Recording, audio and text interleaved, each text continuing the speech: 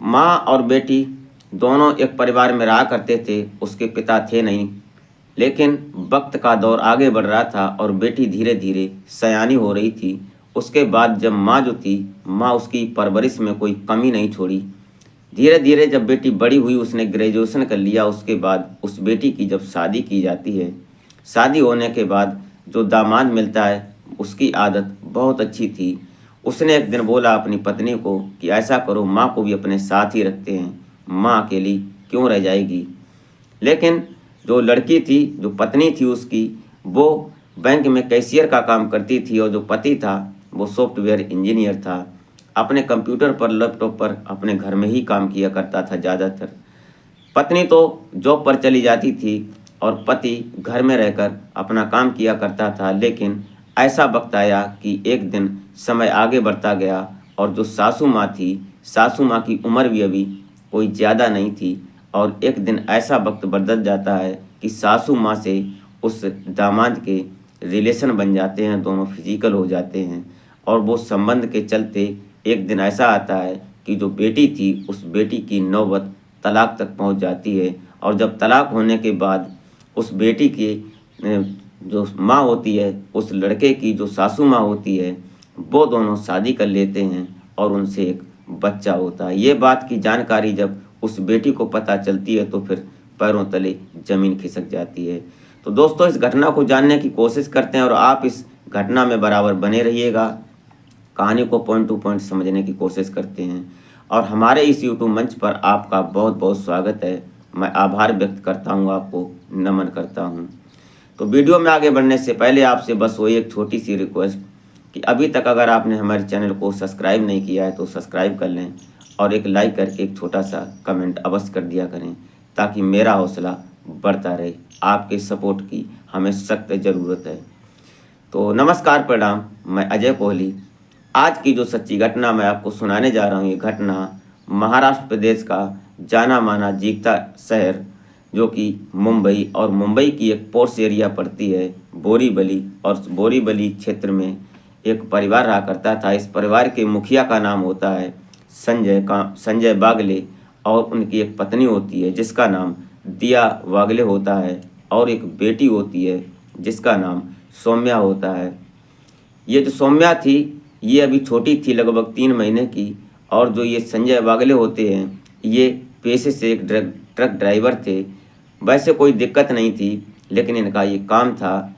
धीरे धीरे वक्त आगे बढ़ रहा था। एक दिन उनकी एक्सीडेंट में उनके शरीर को इतनी हानि पहुंचती है कि उनकी सांसें थम जाती हैं। इस सदमे से उनके परिवार में बहुत बुरा असर पड़ा था। लेकिन कोई बात नहीं, वक्त है, आज खराब था, धीरे धीरे वो निकल गया, समय आगे बढ़ने लगा। अब जो इनकी पत्नी दिया होती है, उसकी उम्र अभी कोई ज़्यादा नहीं थी, लगभग 25-26 साल की महिला थी। अब बच्ची धीरे धीरे जब वो बड़ी हो रही थी तो उसी के सहारे उनका जीवन यापन चलने लगा। कहीं कहीं कुछ करके वो उनका काम चलने लगा, खुद का मकान था।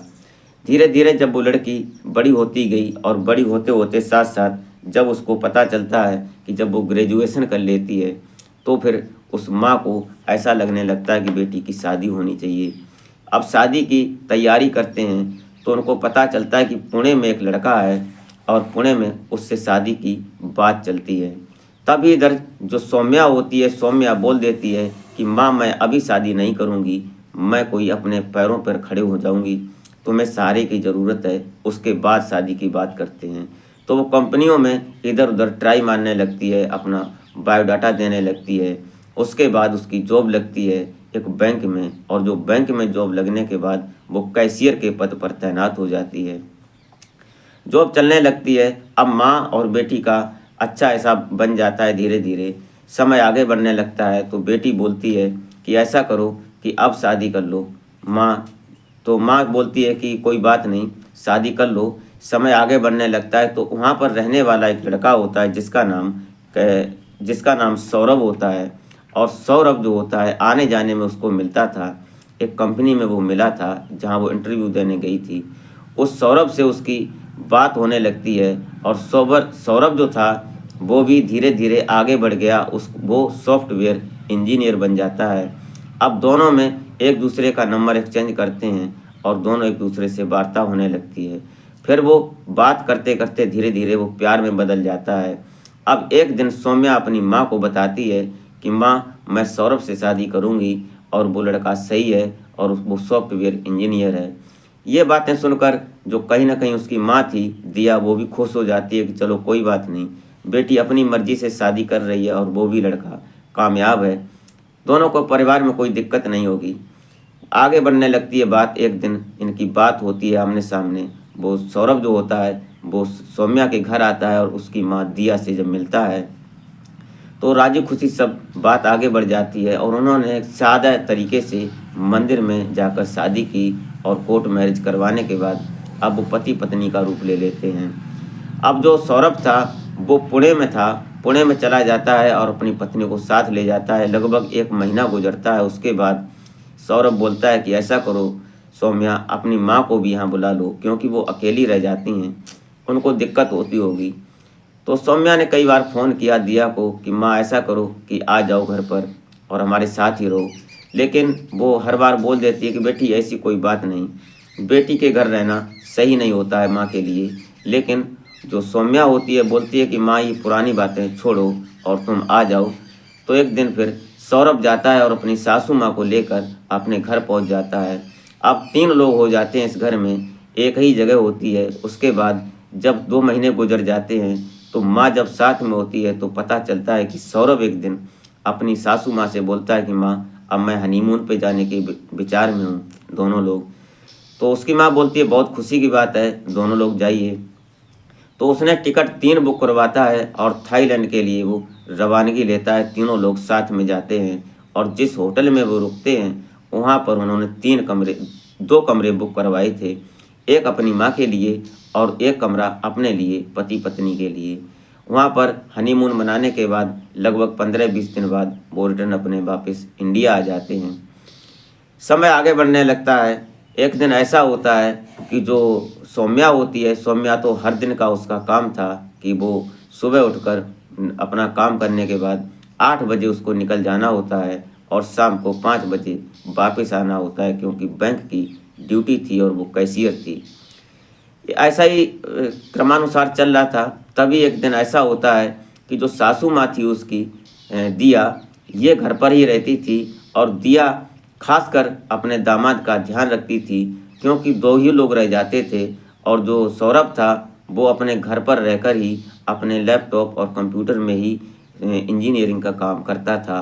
खासकर कभी कभी उसको ऑफिस जाना होता था। ऐसा ही चल रहा था, लेकिन वो धीरे धीरे एक दूसरे के संपर्क में आ जाते हैं और दोनों फिजिकल हो जाते हैं, सासू और दामाद। उसके बाद ये बात धीरे धीरे जब उसकी माँ को, सॉरी, उसकी पत्नी को पता चलती है कि जो मेरी माँ है वो हमारे पति को इतना तवज्जो क्यों दे रही है और जो हमारा पति है वो हमारी माँ को बहुत अच्छी तरह से ख्याल रखता है। लेकिन वो विचार कर लेती है कि माँ है इसलिए शायद वो अच्छी तरह से उनकी तवज्जो करता है, देखभाल करता है। ये बात उसको पता नहीं थी, लेकिन धीरे धीरे पति पत्नी में तकरार होने लगती है और तकरार ऐसी होने लगती है कि एक दूसरे को चिड़चिड़ापन हो जाता है। धीरे धीरे ये बात आगे बढ़ी। एक दिन ऐसा आ जाता है कि जो सौम्या से सौरभ बोल देता है कि मैं तुमसे तलाक लेना चाहता हूँ।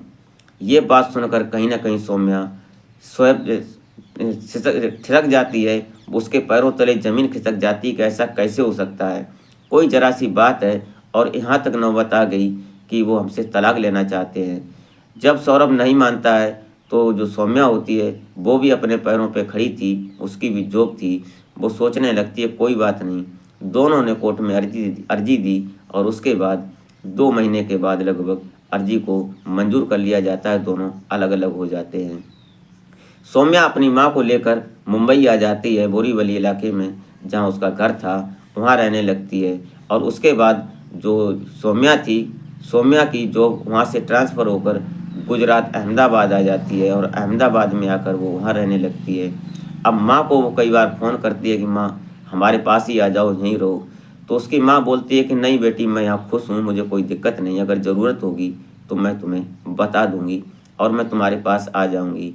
इस बीच में जो सौम्या की माँ दिया होती है और जो सौरभ उसका दामाद होता है, उसके फिजिकल रिलेशन तो थे ही, और वो धीरे धीरे एक दूसरे के घर आने जाने लगे। अब सौरभ खासकर अपनी सासू के घर पर ही रहने लगा। धीरे धीरे कहानी इतनी बड़ी कि एक दिन पता चलता है कि जो दिया होती है, उसकी सासू माँ, वो प्रेग्नेंट हो जाती है। और उसके बाद ये बात धीरे धीरे आगे बढ़ती रही। और जो इधर सौम्या थी, सौम्या एक बार आती है अपने घर पर, तो देखती है कि माँ ये सब कैसे मालूम पड़ रहा है। तो उसने कहा कोई बात नहीं, ऐसा हो सकता है, उम्र के हिसाब से पेट बड़ा मालूम पड़ रहा है। उसको बहला फुसला देती है। दिया एक दिन रुकती है, वो सॉरी सौम्या एक दिन रुकती है। उसके बाद वो अपनी जॉब के लिए वापस गुजरात चली जाती है। और इधर जो दिया होती है, उसका टाइम बढ़ने लगता है और उसने एक बच्ची को जन्म दिया। और बच्ची को जब जन्म दिया, उसके बाद लग टाइम उसी वक्त, वो लगभग 2-4 दिन ही हुए थे, और तभी वो अपने घर आती है। और घर आकर अपनी माँ से बात तो रोज़ करती थी, लेकिन आज जब वो घर आई तो उसने देखा कि उसकी माँ की गोद में एक बच्चा है। और जो दरवाजे पर आकर उसने बेल बजाई, तो उसका पति सौरभ ने जब गेट खोला, ये देखकर वो कहीं ना कहीं ठिठक गई और ये सोचने पर मजबूर हो गई कि जिस पति से हमारा तलाक हो चुका था, और वो पति हमारे घर में क्या कर रहा है, उस इंसान की हमारे घर में क्या ज़रूरत है। अंदर जब घुसती है तो उसकी माँ की गोद में एक बच्चा होता है। ये देखकर वो कहीं ना कहीं सिहर जाती है और सोचने लगती है, पूछती है अपनी माँ से कि माँ ये बच्चा किसका है। तो माँ बोलती है कि अभी कुछ नहीं, लेकिन वो पूछ कर ही जब रह जाती है तो बताती है कि ये बच्चा हमारा है, हमने सौरभ से शादी कर ली है। ये बात सुनकर कहीं ना कहीं जो उसकी बेटी होती है सौम्या, वो इतना हीट हो जाती है, वो इतना गुस्से में आ जाती है कि अपनी माँ को उल्टा सीधा बोलती है और तुरंत उस घर से बाहर हो जाती है और बोलती है कि आज के बाद मैं इस घर में कदम कभी नहीं रखूँगी। बेटी वहाँ से परेशान होकर, दुखी होकर अपनी माँ से और वहाँ से चली जाती है बोलकर कि तुमने मेरे घर को उजाड़ दिया, तुमने मेरे घर को बर्बाद कर दिया। तुम्हें अगर किसी मर्द की ज़रूरत थी तो दुनिया में बहुत से मर्द हैं, तुमने हमारे ही मर्द को क्यों चुना। एक माँ ही सौतन बन गई। ये बातें उल्टा सीधा बोलकर वो वहाँ से चली जाती है। उसके बाद जो सौरभ होता है, सौरभ अपनी पत्नी दिया के साथ रहने लगता है, जो कि दिया उम्र में ज़्यादा होती है उससे, लेकिन अभी उसकी उम्र ज़्यादा नहीं मालूम पड़ रही थी, जो देखने सुनने में वो भी सुंदर थी। अब आज सौरभ और दिया दोनों साथ रह रहे हैं। और सौम्या जो थी वो बैंक में नौकरी कर रही थी और वहाँ रहकर उसने किसी के साथ शादी कर ली। अब वो अपना घर वहीं गुजरात में बसा कर रह रही है। तो दोस्तों, ये रही घटना। आपको ज़रा सी भी अच्छी लगी हो तो एक लाइक कर दें और एक कमेंट, अपनी राय कमेंट में ज़रूर दें, ताकि मैं ये बात समझ सकूं कि मेरी कितनी कहानी आप तक पहुंचती है और कहां तक पहुंचती है। दोस्तों, इस घटनाक्रम को सुनाने का उद्देश्य आपको हैरान या परेशान करना नहीं होता है, नहीं आपके दिल को ठेस पहुंचाना होता है। सिर्फ और सिर्फ एक सामाजिक संदेश होता है, क्योंकि हमारे समाज में कुछ ऐसा हो जाता है जिसकी हमने कभी कल्पना नहीं की होती है। इसलिए हम और आप सुरक्षित रहें और अपने हमारे बच्चे और परिवार सुरक्षित रहेंगे तो हमारा समाज भी सुरक्षित रहेगा। तो दोस्तों, मिलते हैं फिर नेक्स्ट वीडियो में। तब तक के लिए जय हिंद।